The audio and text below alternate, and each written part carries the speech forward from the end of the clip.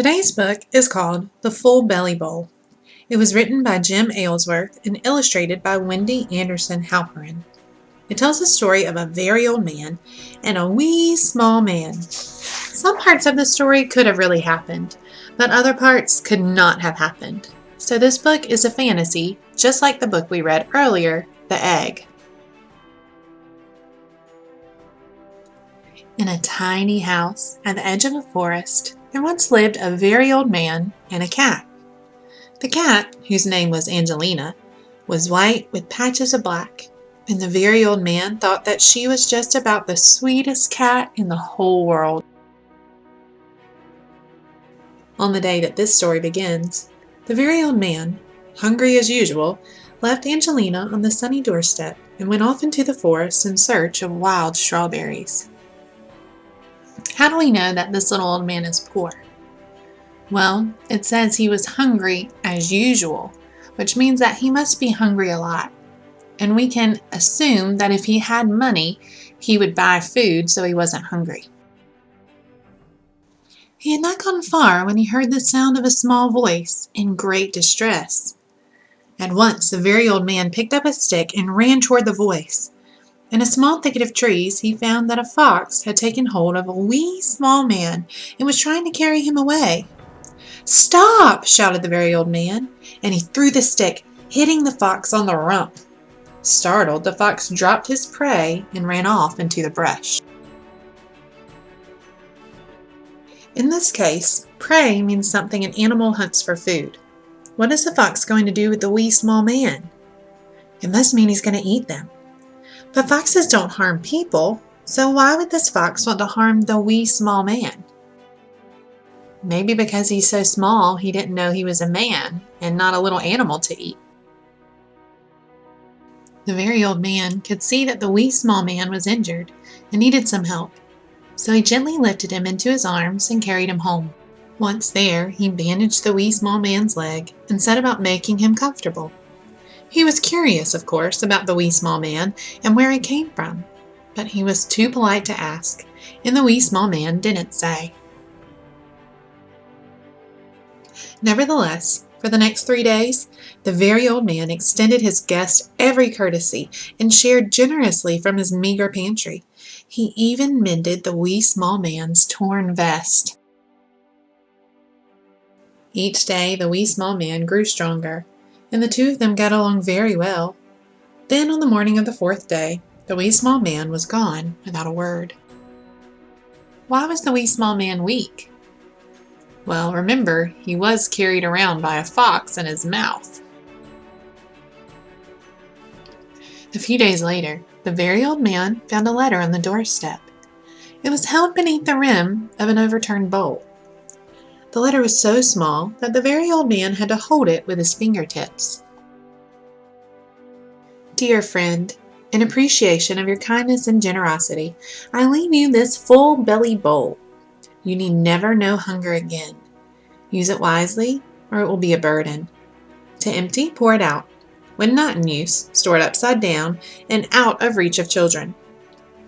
The letter wasn't signed. How do we know that this letter is from the wee little man? I'm remembering that it said the letter was so small that the old man had to hold it in between his fingertips.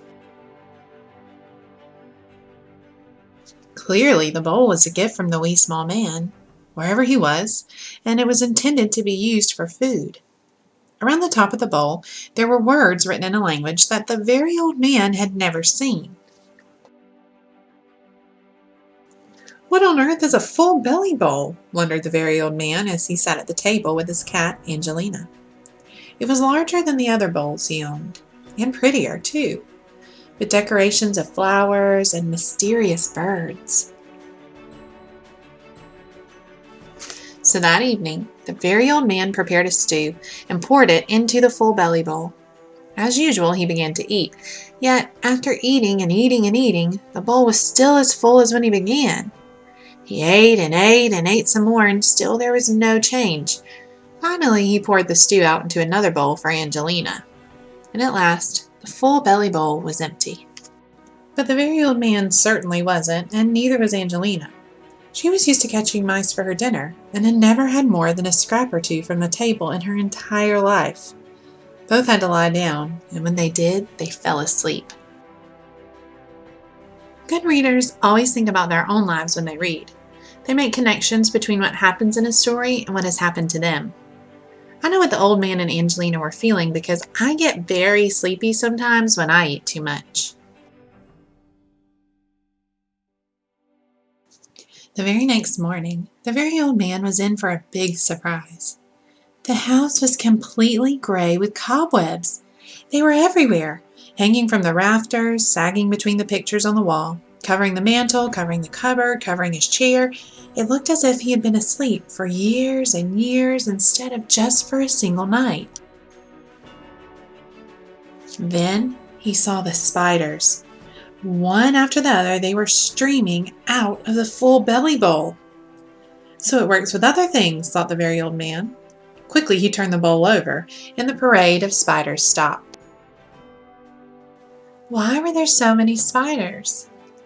I guess one got in the full belly bowl, and they just multiplied. There became a lot of spiders. Ew.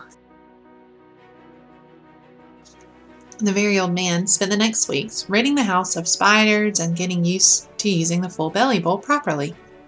He made many delightful discoveries. He found, for instance, that he could multiply a single strawberry by placing it in the bowl and then repeatedly removing the strawberries until he had a heaping mound, all plump and sweet. When he had enough, he poured the last one onto the pile and put the bowl away. Indeed, the very old man soon forgot the meaning of hunger. In fact, he began to put on a little weight, and what with all the extra food being given to her, so did Angelina. The very old man didn't forget the spider problem, however, and when he wasn't using the bowl, he turned it upside down and put it on top of the shelf in the pantry. Why do you think he put it on the very top shelf? Maybe so nothing else would get it, or nothing else could get in it. It couldn't get toppled over. I don't know.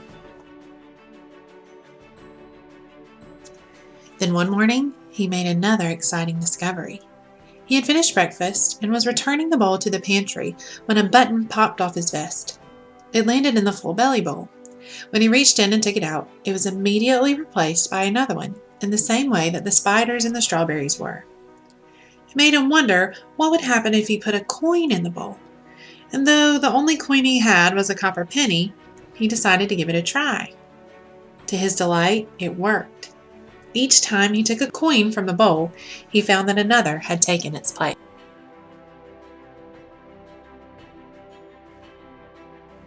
We're going to stop our story here. What do you think will happen next? I'm going to get you to draw me a story on the next page of your Seesaw assignment. But first, let's story map our story. Alright guys, let's map our story.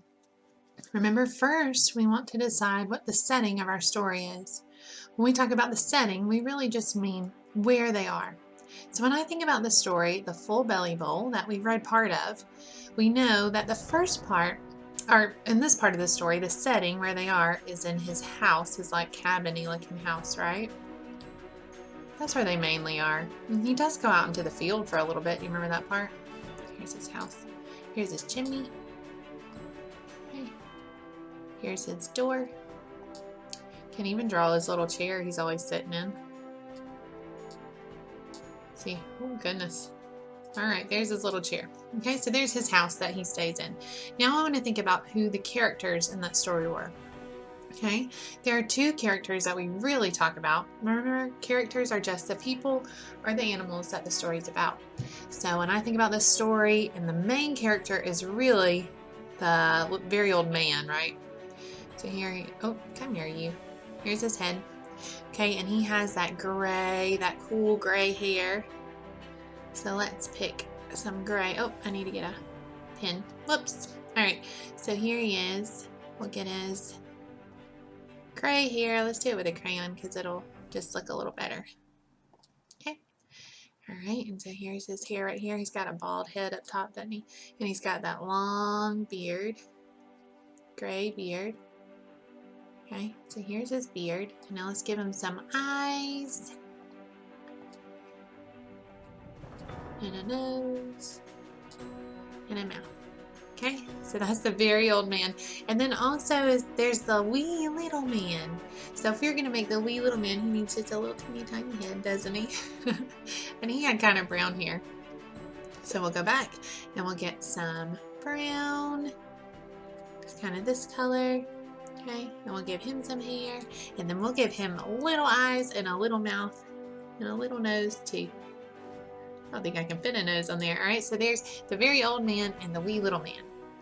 Now, what problems have they had so far? Well, in the very beginning of the story, the old man was hungry, wasn't he? He didn't have enough food to eat. So I'm going to draw a picture of a strawberry because remember that he's going out to find strawberries when he finds the wee little old man. So that will help me remember that he was hungry. Okay. Well, that looks like a tomato, so we need to do some little black dots all over it, don't we? So we know it was a strawberry. Okay, and I'm going to type in right here, he was hungry. Okay, so that was his problem at first. And how did his problem get solved so far? Well, he got the full belly bowl, right? We need to flip that around. That bowl's upside down. Kind of makes me remember, though, that he had to flip it upside down, didn't he? Oh, that makes me think about another problem that he had. Right? Do you remember the other problem he had? The other problem he had was that he had a bunch of spiders come all over his house. Do you remember that? So let's put this right here. Let's make it black on the inside. Oh, okay, that didn't work. Let's just cover it up with this guy. Okay. Oh, that didn't work. Let's just get rid of him. Okay. Okay. Let's make this a spider. Spiders have 8 legs. And then he remembered that if he would just turn the bowl upside down, then the spiders would not happen, right? He wouldn't have spiders everywhere. Okay, so the first problem was that he was hungry and he got the full belly bowl. That helped him, but then he got spiders, and so he learned just to turn the bowl upside down. Now I want to think about what are the most important events that happen in the story. The first I think of in the very beginning is that he found the wee little man, right? So I'm going to write that in there. Little man. And then the next important part that I can think of is that the wee little man gave him the full belly bowl. So he got the full belly bowl, right? And he was not hungry anymore. But now I'm thinking about the very last page we read where he learned he could multiply his coins, right? He could get rich if you think about it, right? Okay, so those are our most important parts. He found the wee little man, he got the full belly bowl, and then he learned he could multiply coins. I wonder what's going to happen tomorrow.